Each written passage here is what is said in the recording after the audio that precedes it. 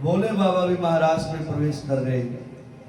वो महाराष्ट्र कैसा, जैसे भोले बाबा स्वयं पधारे। आज मेरे भोले का नाम गोपेश्वर भगवान पड़ गया है। गोपी रूप धारण करके मेरे भोले बाबा अपने गोविंद की, अपने इष्ट की, अपने प्रभु के दर्शन करने के लिए पधारे। देखो कहां कहां कथा चल रही है। माता पार्वती को ये अमर कथा भोले बाबा ये तो सुना रहे हैं, मेरे प्रभु की ये अमर कथा है पार्वती। सुखदेव जी महाराज राजा परीक्षित को कथा सुना रहे हैं, राजन ऐसे है मेरे गोविंद जी।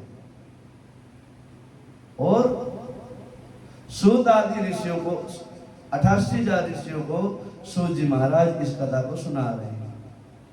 और हम सब बैठ के अपने सेक्रेट में सुन रहे कथा को।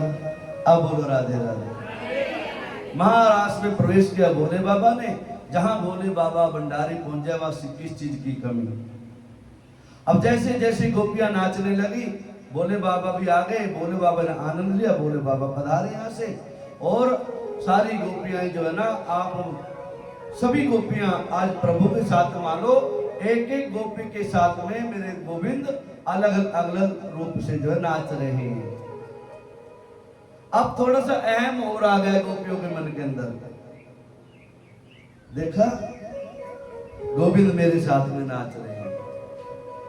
दूसरी सहेली कह रही है, मान रही अंदर से, गोविंद मेरे साथ में नाच रहे हैं। मतलब सबके भाव के अंदर अंदर ही जागृत हो रहा है, गोविंद मेरे साथ में नाच रहे हैं। अर्थात मेरी दूसरी सहेली के साथ में गोविंद नहीं है। और गोविंद जहां नाच रहे थे वो तो महारानी थी, राधिका रानी। बोलो राधिका रानी की, वृषभान दुलारी की। महारानी राधिका ने भी इस महाराज में प्रवेश कर लिया था। गोविंद अपनी महारानी के साथ में रास रचा रहे थे। और सारी सखियां सोच रही थी गोविंद हमारे साथ में है। अर्थात गोविंद ने कितना रूप धारण कर लिया था। हर शक्ति के मन के अंदर भाव यही था, गोविंद हमारे को हाथ पकड़ के हमारे साथ में रास रच रहे हैं। अब गोविंद के अंदर भाव जागा। अभी भी इतना सा थोड़ा सा भी जो है ना, इसके इनके मन में जगह है अहम की। अब बोलो राधे राधे, जोर से बोलो राधे राधे। गोविंद अंत समय तक जीव को पवित्र बनाने का प्रयास करते हैं। इसलिए कहते हैं ना, 2-4 माला जप ले तो मत समझ लेना पंडित जी बन गए, साधु बन गए, संत बन गए। कभी 2-4 एकादशी का व्रत करने से, 2-4 पूर्णमासी का व्रत करवाने से, कथा सुनने से, 1-2 बार कथा सुनने से, 1-2 बार थोड़ा सा दान पुण्य करने से समझ लो अब तो धन्ना सेठ बन बैठे।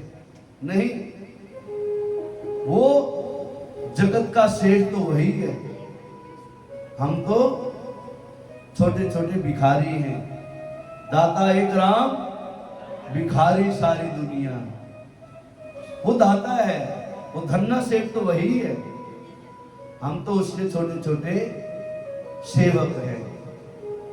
अब गोपियों ने सोचा, हर गोपी का भाव ये है कि गोविंद मेरे साथ में ही रास रचा रहे हैं। गोविंद जो है अब सबके बीच में से गायब हो जाते, देर नहीं करे मेरे गोविंद ने।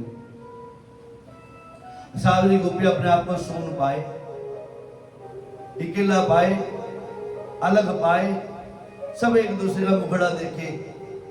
अरे भैया बहना खाना है तो क्या? कहता अभी अभी तो रास रचा रहा था मेरे साथ में, तेरे साथ में, मेरे साथ में चर्चा चल रही है। अब अलग विचित्र घटना, कहते सबके साथ में रास रचा रहा था, तो वो कौन है जिसके साथ में गोविंद यहाँ से गायब हो गए? आज पता लगा, रास रासेश्वरी विश्वान दुलारी राधिका प्यारी भी जो है ना इस महाराष्ट्र में आई थी। गोपियों को पता लगा वो तो राधिका के साथ में गायब हो गई। सारी गोपियां नर्वस हो जाती है। आज गोपियां मिलकर के खेल रही हैं, और खेल खेल में जो है ना क्या कह रही है, एक गोपी ने चूड़ी बांधी सर पे, एक ने बगल में बांधी, और एक ने डंडी तोड़ी और बंसी बजाने लगी। एक उसके पास में खड़ी होके कहती है, अरे काना, अरे चलिया, अरे कनुआ, अपने आप गोपी बन रही है, अपने आप एक कान्हा बन रही है और मानो उनको चिढ़ा रही है। शायद चिढ़ के, शायद हमारी बातों को सुन के वो कान्हा जहाँ गया है ना, जिसके साथ में गया है, शायद उसको छोड़ के हमारे पास आ जाए। जीव का यहाँ तक भाव होना चाहिए। जब यहाँ तक पहुंच जाएंगे ना, परम पिता परमात्मा स्वयं आ जाएंगे। फिर ऐसे रास रचाया गोपियों ने, और जैसे ही रास रचाया फिर भी गोविंद ने आए। आज गोपियां जो है ना प्रार्थना कर रही है गोविंद से, संस्कृत के श्लोक पढ़ रही हैं। रोजाना चाहिए ना भगवान को आरती उतार के, माला पहना करके, भोग लगा करके, रिझा करके, अश्रुपात कर करके, नाच करके, गा करके। ये नाचना, गाना, ताली बजाना, रोना, ये सारे भगवान की पूजन के भजन का नियम है। इसलिए भगवान को रिझाओ, अश्रुपात करने पड़ जाए तो रो, लेकिन गोविंद के सामने रो, संसार के सामने नहीं रोना। जो गोविंद के सामने अश्रुपात कर लेगा तो उसको संस्कार के सामने किसी प्रकार के रोने की आवश्यकता नहीं पड़ेगी। गोपियां क्या कह रही है? जयति तेधिकम जन्मना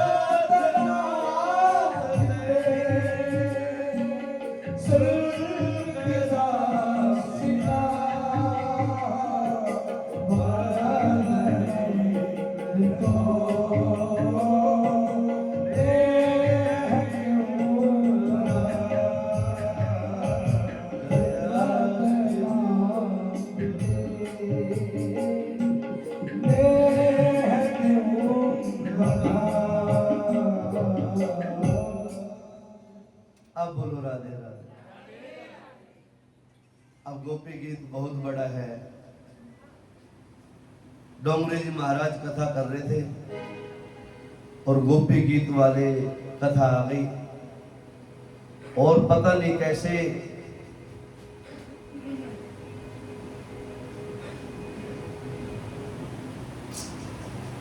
आप बोलो राधे राधे, जोर से बोलो। पता नहीं कब महारानी विराजमान होगी बुद्धि के अंदर,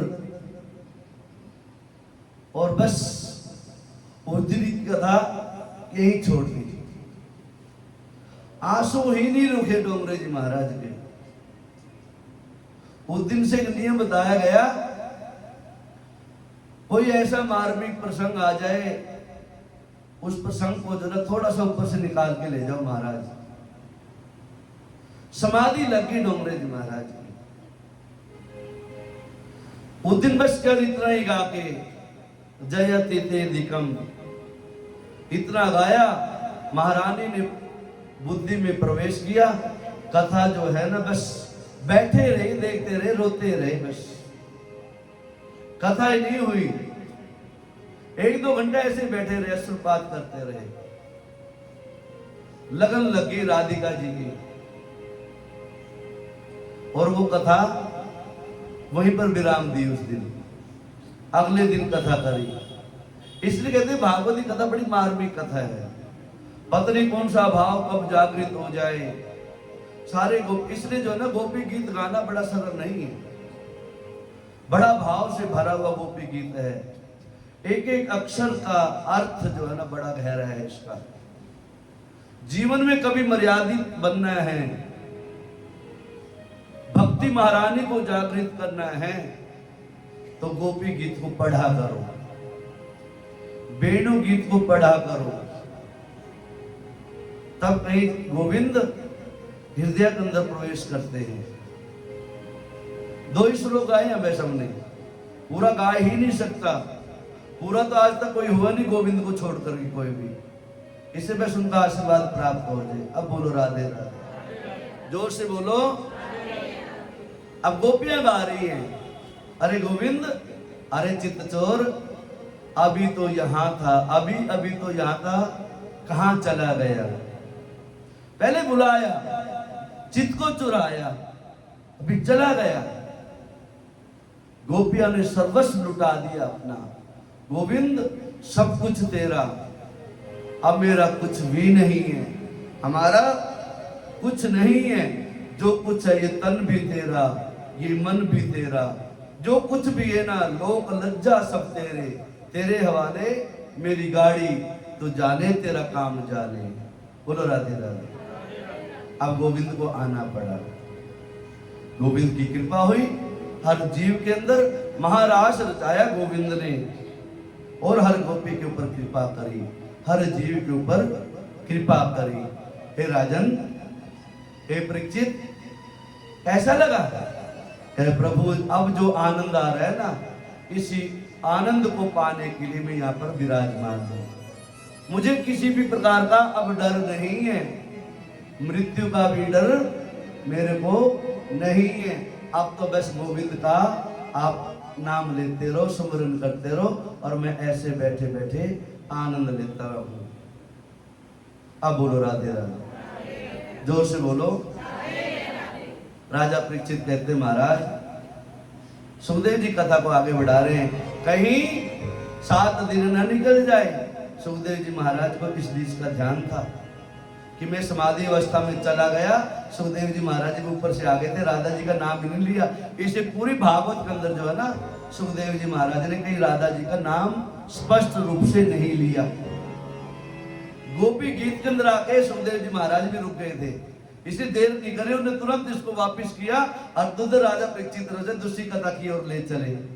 राजन, मेरे गोविंद ने आगे क्या क्या किया, आगे की कथा का वर्णन करते हैं।